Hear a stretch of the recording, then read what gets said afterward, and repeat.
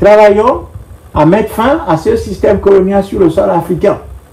C'est tout. Il n'y a rien. Il n'y a rien du tout. Voilà. Il n'y a rien. Nous allons avancer. Et nous allons progresser. Nous progresserons. C'est tout. Donc, chers amis, travaillons. Le Montra vous exhorte à travailler. Mobilisez-vous partout. Mobilisez-vous partout. Nous ne sommes qu'au début de la grande révolution africaine. Notre peuple va reprendre sa place dans l'histoire. Ce peuple central, ce peuple qui est fondamentalement historique.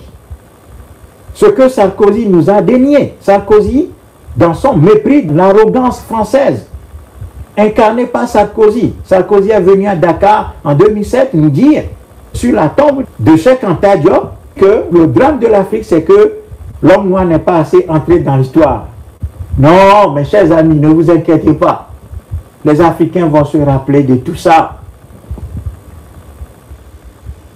Le mépris et l'arrogance ont leur prix, le moment venu. Le moment venu, les Africains vont présenter l'addition.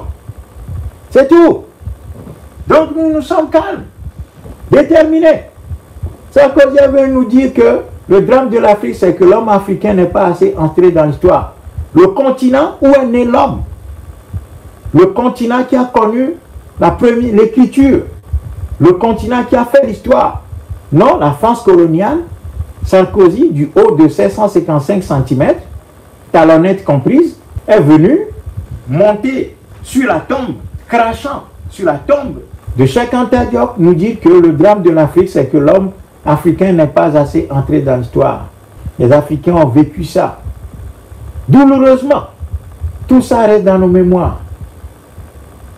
Le drame de l'Afrique, ce n'est pas que la France pille l'Afrique. Le drame de l'Afrique, ce n'est pas que l'Afrique s'est vue imposer des dirigeants corrompus, kleptocrates, voyous, criminels, des sous-préfets français imposés sur le sol africain. Non, le drame de l'Afrique, ce n'est pas que l'Afrique s'est vue imposer une agriculture coloniale.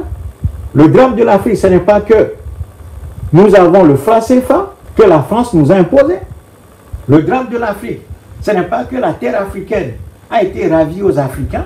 Le drame de l'Afrique, ce n'est pas que on a volé la personnalité et l'identité des Africains.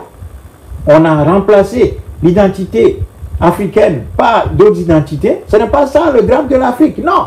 Les Français viennent nous dire que le drame de l'Afrique, c'est que l'homme africain n'est pas assez entré dans l'histoire. Et que les Africains tournent toujours dans le temps. Les Africains ont une conception cyclique du temps, alors que l'homme blanc a une conception linéaire du temps, que le temps est fini chez l'homme blanc, alors que les Africains, en Afrique, eux, ils ont tout le temps et qu'ils font tout la même chose. Et que les Africains vivent selon les saisons. Et que c'est ça notre problème. Que l'Africain n'a pas d'histoire. Que l'Afrique n'a pas d'histoire. Depuis Hegel. Hegel a dit que le problème, c'est que l'Afrique n'a pas d'histoire. Et c'est Hegel, comme nous enseigne encore dans nos lycées et dans nos collèges, dans nos universités.